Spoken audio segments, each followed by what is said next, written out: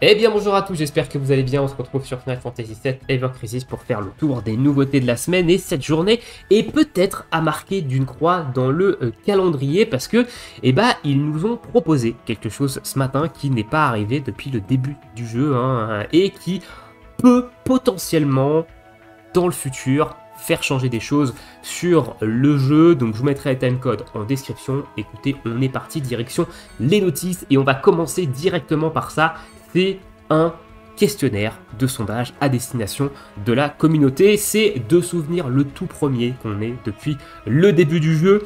Donc en quoi ça consiste? Vous allez avoir des questions par rapport au jeu, sûrement qu'est-ce que vous aimez dans le jeu, qu'est-ce que vous aimez pas, qu'est-ce que vous aimeriez voir arriver dans le jeu, qu'est-ce que vous aimeriez voir changer également dans le jeu. C'est un petit peu ce genre de choses qu'on va retrouver dans ce genre de questionnaire de sondage. Donc remplissez-le comme vous avez envie. Si vous voulez le remplir sérieusement, remplissez-le sérieusement. Si vous voulez juste le remplir en mode YOLO parce que vous avez envie juste de récupérer les 1000 cristaux qu'il offre, si vous le remplissez, c'est à vous de voir, mais potentiellement ça peut améliorer le jeu dans le futur. Donc je vous invite vraiment à plutôt le remplir de manière sérieusement si vous voulez vraiment voir le jeu s'améliorer, que des choses changent, etc. Ça peut être une bonne porte d'entrée, et s'ils nous font ça, s'ils nous proposent ça, en général c'est pas anodin, c'est que ils doivent quand même sentir que le jeu il bat un petit peu de l'aile et leur but c'est pas de fermer le jeu maintenant, parce que je rappelle c'est un jeu qui est là aussi pour faire la promotion de la partie 3 de Final Fantasy VII Rebirth, et la partie 3 selon les dernières rumeurs c'est quand même pas avant 2027. Donc il faut quand même que le jeu tienne au moins jusqu'à 2027, et c'est vrai qu'en ce moment on a vu quand même une grosse baisse du chiffre d'affaires, on a vu quand même une grosse baisse d'activité, il y a pas mal de joueurs qui s'en vont du jeu, il y a beaucoup et le jeu a beaucoup de difficultés à renouveler sa communauté dû à une accessibilité quand même assez compliquée. Donc on va remplir ce questionnaire de matière sérieuse. Je ferai d'ailleurs sûrement une vidéo dans laquelle je le remplirai. Comme ça, je vous partagerai en vidéo ce que je vais mettre, etc. et les différentes questions. Voilà, donc dites-moi tout ça dans l'espace commentaire. Qu'est-ce que vous pensez de cette initiative? Moi, je trouve que c'est bon. Maintenant, ça reste une initiative. Il faut que derrière, ça serve à quelque chose. Il ne faut pas qu'ils nous balancent juste un questionnaire histoire de dire « Regardez, on fait semblant de vous écouter ». Il faut vraiment qu'il y ait des changements derrière. Donc évidemment on verra, sachant que en général les changements suite à ces questionnaires, il ne faut pas s'attendre à des changements le mois prochain. C'est des changements qui arriveront sûrement dans les prochains mois, d'ici la fin de l'année, très certainement pour les premiers, pour les petits, mais il ne faut pas s'attendre à des changements très très rapides en fonction de ce que vous mettez là-dedans et en fonction de ce que les joueurs globalement auront mis. Voilà, donc suffit de cliquer ici sur le petit lien, on va vous demander votre player ID. Votre player ID, c'est ce que vous trouvez ici. Donc vous pouvez le copier ici, et il va vous demander également votre pseudo in-game. C'est tout simplement votre pseudo in-game. Moi c'est Ougouet, voilà, vous c'est le pseudo que vous avez choisi. Voilà, au niveau du questionnaire, honnêtement, faites-le et essayez de le faire un minimum sérieusement. Ça serait cool que le jeu puisse s'améliorer et continue dans la bonne direction. Ensuite, au niveau des événements, donc on a la suite de la tour, la suite de la tour qui est sortie la semaine dernière. Donc on a les nouveaux niveaux qui ont été débloqués et on a jusqu'à la fin. On a jusqu'au B5 de la tour brutale, et j'ai tout clean. J'ai tout clean ce matin, et en fait il y a plein de bonus, et les bonus ils sont pas anodins. On a quand même 60% de P-Attack, 60% de Waterpot sur un Blitz Raid qui lui est faible à l'eau, donc on va taper beaucoup plus fort. Sur le B4 on a également un attaque down tiers to other plus 1, donc ça veut dire qu'on va diminuer de encore plus l'attaque, et notamment on est sur Ramu sur le B4, donc au lieu de lui mettre un -3 en attaque magique, on va lui mettre un -4, donc c'est évidemment énorme, et ça lui réduit énormément ses dégâts, en plus d'avoir des gros buffs d'attaque. Pareil ici sur le B3, on est sur Léviathan. Léviathan ici on a un bonus de Lighting Pot et de P-Attack, on a également un bonus de attaque up tier, donc au lieu de passer à +3 de P-Attack, buff, on passe à plus 4, ça donne également une augmentation encore plus significative de dégâts avec les 60% de P-attaque, et on a ça sur tous les niveaux de la tour, donc ça rend vraiment cette tour très très triviale, et la partie brutale vraiment beaucoup plus accessible que les dernières tours brutales. Et est-ce que c'est fait exprès pour que un plus grand nombre de joueurs puissent clean le contenu et moins laisser en fait de joueurs sur le carreau? C'est possible, honnêtement, que ces nouveaux Battle Effects qui sont là depuis les événements du début du mois soient là pour donner beaucoup plus d'accessibilité à un plus grand nombre de joueurs qui n'ont pas forcément des armes OB10, etc. Les buffs sont sûrement là pour ça. Donc voilà, mais une tour qui est relativement très accessible et qui est peu compliqué. Globalement, il faut évidemment team building un petit peu, il faut peut-être connaître un petit peu les fights, hein. C'est pas non plus gratuit en mode auto pour tout le monde, certains vont le faire en mode auto, d'autres il va falloir se sortir un petit peu plus les doigts, mais globalement les buffs la rendent beaucoup plus accessible, donc n'hésitez pas à aller faire un tour quand même dans celle-ci. Il y a quelques récompenses, hein, notamment des cristaux quand même à aller récupérer là-dessus. Et on a également les 5 derniers niveaux qui nous manquaient sur la partie normale, donc le 21, le 22, le 23 et le 25, hein, qui eux nous demandent d'avoir Engil dans l'équipe et qui sont tournés, très tournés sur de la faiblesse haut. Voilà, donc très axé sur la bannière qu'on a eu en même temps. Voilà un petit peu au niveau de cette tour. On a également l'événement, le nouveau Critical Thread qui est sorti ce matin, donc le Beach Time Yuffie Showdown, hein. Encore une fois, on fracasse la tronche de Yuffie. Même chose, il y a un buff dans cet événement, 60% de dégâts, d'attaque physique et 60% de potentiel d'eau. Alors Yuffie n'a aucune faiblesse, sachez-le, elle n'a pas de faiblesse élémentaire, à l'eau, mais ce buff là, il est évidemment là pour vous vendre la bannière qui est sortie ce matin pour Engil, hein, dont je vous donnerai mon avis un petit peu plus, je vous donnerai mon avis dans la vidéo évidemment après. Les niveaux crash sont également disponibles, hein, maintenant dès la P1. Alors on a une petite théorie sur le fait que maintenant ce soit disponible en P1 et qu'on ne doive pas attendre la P2 pour avoir accès au Crash Battle, c'est que en général la P2 elle sort en même temps que le Guild Battle. Et évidemment, à mon avis, il y a des joueurs qui ont dû se plaindre du fait que ça faisait trop de contenu à tryhard d'un coup. Il fallait tryhard d'un côté le Guild Battle, notamment au niveau des top guilds, et derrière, il fallait également potentiellement tryhard le Crash Battle, il fallait faire le Crash Battle en coop, etc. Et ça demandait en fait, ça demandait trop de tryhard en même temps. Alors c'est d'ailleurs assez drôle, hein, que les gens se plaignent d'avoir du contenu à faire sur un jeu mobile, hein, mais je pense que c'est à cause de ça et je suis pas le seul à penser ça, et c'est vrai que pour les tryharders ça devait peut-être faire beaucoup d'un coup. Donc maintenant ils donnent le Crash Battle lors de la P1, ça permet de nous laisser une semaine en fait pour s'occuper du Crash Battle, et derrière on enchaîne avec la Guild Battle, et ça laisse un petit peu plus respirer les tryharders du jeu, et je précise bien les tryharders du jeu, hein, parce que les autres, la majorité des joueurs qui sont une communauté principalement casu sur le jeu dont je fais partie, ne passe pas trop de temps là-dedans. Voilà, hein, le Guild Battle, j'y passe pas trop de temps. Le Crash Battle, je teste, si je vois que ça passe, je pousse un petit peu, si je vois que c'est mort, je laisse tomber. Enfin voilà, je suis pas non plus, je suis un petit peu sorti de la case des tryharders. On aura également un Frenzy Battle en fonction du nombre de joueurs qui auront clean le Crash, donc s'il y a 500 ou plus de joueurs qui ont clean le Crash, on aura un Frenzy Battle dans 1000 cristaux. Donc ça, à mon avis, on va l'avoir.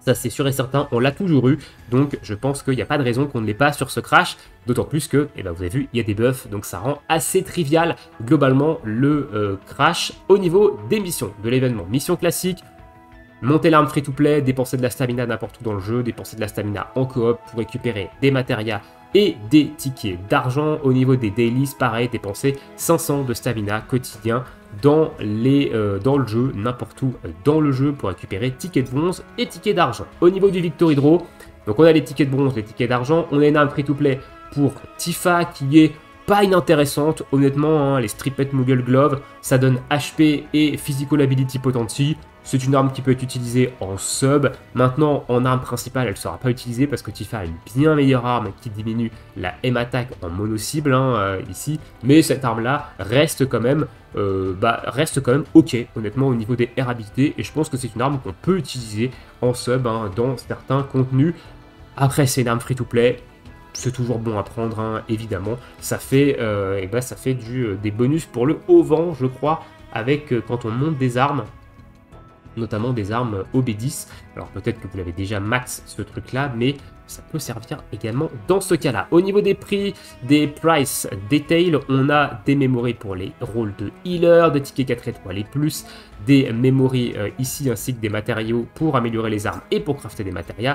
Et dans le silver, on a également l'arme, des tickets d'invocation et on a également des weapon parts de Tifa, donc jusqu'à 100 weapon parts. Et ça, c'est plutôt cool parce que Tifa, c'est quand même un perso qui a beaucoup d'armes limitées. Donc nous donner un petit peu plus de weapon parts dessus, c'est plutôt cool parce que ça permet d'aller gratter quelques étoiles sur ces armes limitées sans avoir spécialement besoin d'invoquer et du coup de commencer à les paquer parce que Tifa sera très certainement là aux 2 ans. Hein, je vois pas l'anniversaire des 2 ans sans une bannière Tifa. Donc se paquer quelques petites weapon parts pour s'assurer une OB6 sans trop dépenser de cristaux, ça peut être intéressant. Donc voilà au niveau des prices. Au niveau des combats, donc au niveau du solo, on a le journalier hein, ici, donc on a le battle effect avec les 60% P attack et 60% water potency sur tous les combats solo et sur tous les combats coop hein, également.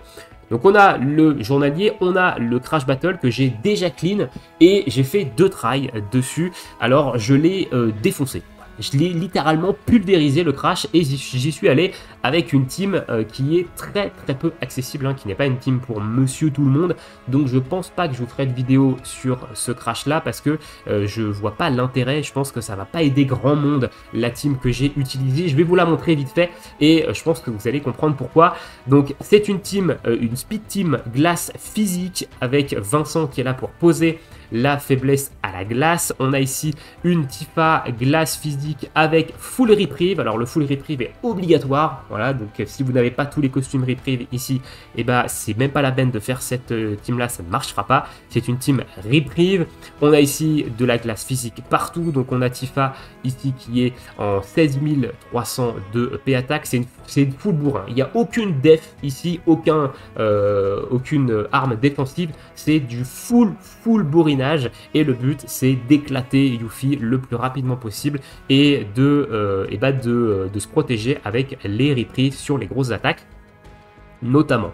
Donc on a ses armes de glace, on a ici son arme de Daffodil, donc son arme du nouvel an, qui m'a d'ailleurs coûté 1200 weapon parts de Tifa pour la passer au B6, hein, je n'avais que 5 étoiles, et honnêtement ça m'a débloqué pas mal de trucs, hein, le 40% Exploit Witness c'est vraiment très puissant, son arme ultime est également très forte ici, et je pense obligatoire également sur Tifa. On a du full ici, dégâts, Vincent c'est la pièce maîtresse, hein, parce que c'est lui qui va poser la faiblesse à la glace. Je rappelle que Yuffie n'a aucune faiblesse élémentaire dans ce combat là. Je ne peux malheureusement pas utiliser son costume de glace étant donné qu'il n'a pas de reprieve, donc je suis obligé d'utiliser son costume de terre pour le reprieve. Ici son arme ultime est également très intéressante pour donner un vrai coup de boost à 2 compétences dans le combat, et l'OB10 sur cette arme là est obligatoire, hein, pour cette team là. Et au niveau des subs, alors on a des subs qui sont full offensive, 16 600 de P attack, et on a ici un matin pareil, costume reprieve, arme qui va venir buffer l'attaque physique, donc son arme limitée, et surtout sa Nautilus qui va venir diminuer la résistance à la glace une fois que Vincent aura posé son debuff. Et derrière c'est pareil, des subs qui sont full attack all et P attack all, donc c'est une team vraiment de bourrin, de speed, et qui est quand même assez peu accessible parce que il n'y a rien que vous pouvez modifier là-dedans. C'est vraiment la team. Alors Matt est remplaçable par Iris si vous l'avez, à la limite c'est remplaçable, mais le reste c'est tel quel. Voilà, c'est tel quel avec les OB tel quel, si vous voulez vraiment pouvoir faire ça. Et c'est comme ça que j'ai éclaté le crash de Yuffie tout simplement. Donc je vous ferai pas forcément de vidéo parce que j'en vois pas la pertinence au vu de l'équipe que ça demande. Au niveau des niveaux X, X3, 2 et 1, donc les 3 niveaux X, 7 combats en solo pour farmer les différents tickets. Et au niveau des coop, on a le crash coop. Je sais pas si je le ferai le crash coop, je sais pas si je prendrai le temps de le faire, on verra. Et les 3 niveaux coop, hein, ici pour farmer les tickets. Donc voilà au niveau du Critical Threat de Yuffie qui est sorti ce matin. Au niveau du ranking, c'est en calcul, voilà, donc normalement je devrais être dans le top 100 du ranking. C'est un petit peu dommage que maintenant ça finisse le jeudi matin parce que du coup je peux pas vous montrer en vidéo le classement que j'ai fait, mais à mon avis je vais finir dans le top 60. J'ai pas pris le temps de vous faire de vidéos dessus parce que je suis pas mal occupé en ce moment, donc c'est vrai qu'en dehors du jeudi matin je prends pas trop le temps de vous faire d'autres vidéos sur le jeu, mais je vais top 100 hein, tranquillement. J'ai pas non plus fait d'énormes scores dessus, mais bien assez pour le top 100. Voilà, au niveau des news, je pense qu'on a fait le tour. Alors, l'annonce du prochain Guild Battle, hein, numéro 13, qui va débuter la semaine prochaine et qui est sur une faiblesse feu physique. Voilà, c'est marqué ici Fire Physique Attaque.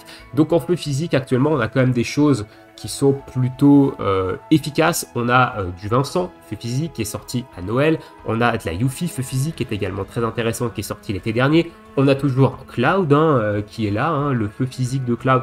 Ça marche toujours, mais on aura très certainement une bannière la semaine prochaine pour mettre en avant cette nouvelle, enfin cette combinaison de faiblesse type de dégâts, donc feu physique, mais globalement on a quand même des choses déjà pour faire, pour taper un petit peu sur la Guild Battle. Donc évidemment on en reparlera la semaine prochaine, mais Guild Battle feu physique pour la semaine prochaine. On a fait le tour, je crois que j'ai rien oublié. Alors la semaine dernière, j'ai rapidement oublié de vous parler du nouveau panel de missions. Voilà, on avait un nouveau panel également de missions que tout le monde a dû terminer normalement d'ici depuis. Mais voilà, on avait un nouveau panel qui nous donnait des Mithril Ore, des Mithril Ingo, ainsi que d'autres petites récompenses ici. Et c'était sorti la semaine dernière et j'ai zappé de vous en parler dans la vidéo de jeudi. Voilà, on a fait le tour, on va passer maintenant à la bannière du jour. Donc c'est une bannière featurée cette fois-ci pour Engil, hein, et c'est une arme qui va également finir dans ma wishlist hein, à titre perso. Alors, au niveau du costume, le costume, moi je le trouve sympa, ça lui va bien à Engine en vrai, ça, cette espèce de costume un petit peu décontracté de l'été avec ce petit pantacourt. Enfin, c'est franchement, j'aime bien le style. Alors, son arme, c'est une arme gonflable, hein, voilà, c'est une espèce de bouée, une bouée gonflable, mais je trouve que ça lui va bien, voilà, avec les petites lunettes. Alors, c'est marrant parce que les lunettes bougent. C'est un détail, mais voilà, donc je trouve le costume plutôt stylé. Donc le Resort Style, on a ici un boost de PDF All à plus 15, donc on a quand même plus 20 ici, plus 20% de défense physique sur tout le monde. Alors c'est la même air habilité, et ça partage en fait la air habilité avec les armes de guilde. Ça veut dire que ici, vous allez avoir un plus 15 d'office sur le costume que vous allez pouvoir compléter avec une arme de guilde et qui donne également de la PDF All. C'est intéressant. Honnêtement, ça reste quand même un costume plutôt cool. Maintenant, je vois pas trop l'intérêt d'avoir ça sur un costume. On a quand même relativement facilement de la PDF All via justement les armes de guild qui sont des armes free-to-play. Donc là, mettre la même air habilité sur un costume comme ça, ouais, bof, ça reste quand même, ça reste fort, hein, évidemment, ça reste intéressant dans certains contenus, mais ça aurait été beaucoup plus intéressant d'avoir une air habilité séparée de la air habilité PDF All. Là, ils se sont pas foulés, hein. Ils ont juste pris la air habilité qu'on a de base, ils ont mis plus 15 et roule bouboule. Et le Beach Guardian, du coup, ici, donc on a plus 15% d'HP et plus 15% de défense magique. Alors pourquoi lui, il a plus 15% et pourquoi Tifa, elle a le droit à plus 20? Voilà, quand je vous dis que c'est des forceurs sur le perso, c'est pas pour rien, hein. Tifa, elle a un plus 15% d'HP comme Engil, mais elle a le droit à un plus 20% elle, de défense magique, et Engil, lui, il a pas le droit à un plus 20%, alors que c'est un rôle tank, hein. C'est un rôle tank, et lui, il a le droit qu'à plus 15. Pourquoi vous mettez pas comme sur Tifa? Pourquoi vous arrêtez pas de forcer comme des tétra-forceurs sur ce perso? Et pourquoi vous n'êtes pas égaux avec tout le monde? On sait pas, mais voilà, Engil il a que 15%, Tifa elle a le droit à 20%. Voilà, c'était mon léger petit coup de gueule par rapport à ça, mais c'est vrai que ça devient fatigant, et je pense que dans le questionnaire, s'il y a une question là-dessus, je manquerai pas de le dire, parce que c'est un peu fatigant le forcing qu'ils font sur Tifa tout le temps, et il n'y a pas d'équité entre les persos, et ça c'est dommage, hein. Ça contribue au départ des joueurs, hein. Ce genre de choses-là, ça contribue vraiment à ce que certains joueurs en aient marre et partent du jeu. Et donc, c'est franchement dommage. Donc, le costume, pour moi, il est skippable. Hein. Honnêtement, Engil, il a déjà des bons costumes. Il reste intéressant globalement, mais pour moi, il n'est pas mandatory du tout sur le personnage. Au niveau de son arme, cette arme featurée, on va la prendre. Alors, on va la prendre au B6 et on va regarder s'il y a des changements au niveau de l'OB10. Parce qu'on nous ont habitués, hein, les 2 dernières bannières, il y avait quand même des petits changements pas inintéressant entre OB6 et OB10. On va voir. Alors, Torque Slash, donc ça fait des dégâts physiques non élémentaires à tous les ennemis et ça applique l'aliment Water Weakness. Alors ça met exactement en fait le même type de debuff que ce que met l'arme de Vincent du demi anniversaire. Donc Vincent, lui, va mettre une faiblesse à la glace qui va augmenter de 50% les dégâts de glace subis par l'ennemi et permettre également de diminuer la résistance à la glace. Ici, Engil va faire la même chose, sauf que lui, c'est pas 50%, c'est 30% d'augmentation de dégâts d'eau et du coup, permettre derrière de diminuer la résistance à l'eau de la cible, parce qu'il va lui appliquer une faiblesse à l'eau sur une cible qui ne l'a pas. Alors évidemment, ce n'est pas applicable sur une cible qui est déjà faible à l'eau et une cible qui est résistante à l'eau. C'est la même chose que pour l'arme de Vincent. Donc c'est plutôt une arme sympa à mettre en combo avec sa dernière arme, parce que sa dernière arme, elle fait des dégâts magiques en zone et elle diminue la résistance à l'eau. Donc ici, on va mettre le debuff en zone de faiblesse à l'eau, et derrière, on va pouvoir réduire la résistance à l'eau en zone. Donc Engil, il a un bon combo d'armes ici, et ce sont 2 armes qui sont featurées en plus de ça. Donc ça reste quand même un très bon combo avec sa dernière arme. Ça va mettre Provoque. Donc ça reste intéressant d'avoir une arme comme ça qui provoque, parce qu'on sait que la provoque dans certains combats, c'est très intéressant. Et quand Engil a 60% ou plus de PV, ça va également augmenter la défense physique de tous les alliés de plus 2 jusqu'à un maximum de plus 3. Donc là, ici, on est en OB6.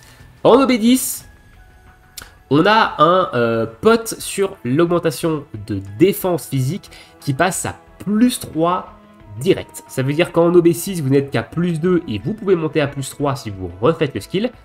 En OB10, vous allez être à plus 3 directement. La condition d'HP, elle reste, mais ça fait une différence parce que vous devez lancer une seule fois la capacité quand vous êtes en OB10, alors que vous devez la lancer 2 fois quand vous êtes en OB6. Donc ça vous fait économiser quand même 4 ATB globalement sur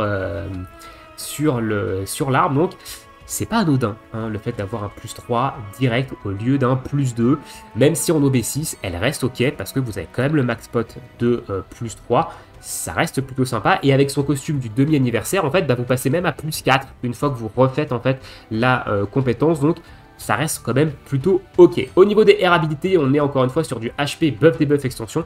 Très bonnes air habilités qui vont servir que ce soit en arme principale ou que ce soit en sub. Donc ça c'est plutôt cool. Et P-Attack, il y a un boost sur du sigil triangle sur les slots de Bataria. Donc très bonne arme je trouve sur Engil. C'est une arme qui va finir en wishlist chez moi. Hein, mais la bannière évidemment on va la skip. Hein, c'est une arme featurée je rappelle là-dessus. Au niveau des stands, parce qu'ils ont fait des petites améliorations, non, il y a toujours évidemment, il y a toujours cette petite, il y a toujours cette garantie au stand 2, garantie au stand 6, et sur la page 2, on a les 3 garanties comme d'hab, hein, donc ça change absolument pas. Voilà un petit peu de ce que je peux vous dire sur les news d'aujourd'hui, mon avis sur tout ça. On se retrouve sur une vidéo dans laquelle on va faire le questionnaire de sondage. Hein. Je vais faire le questionnaire de sondage en vidéo. Alors je sais pas quand, est-ce que je le fais dans l'après-midi, est-ce que je le fais demain, je sais pas, ça va dépendre un peu en fonction de, du temps que j'ai et des dispos que je vais avoir. Mais en tout cas, je vous le ferai très certainement en vidéo, ce petit sondage. Voilà, je vous laisse ici, je vous souhaite tous une très bonne journée, une très bonne soirée, bon jeu et à bientôt. Ciao, ciao.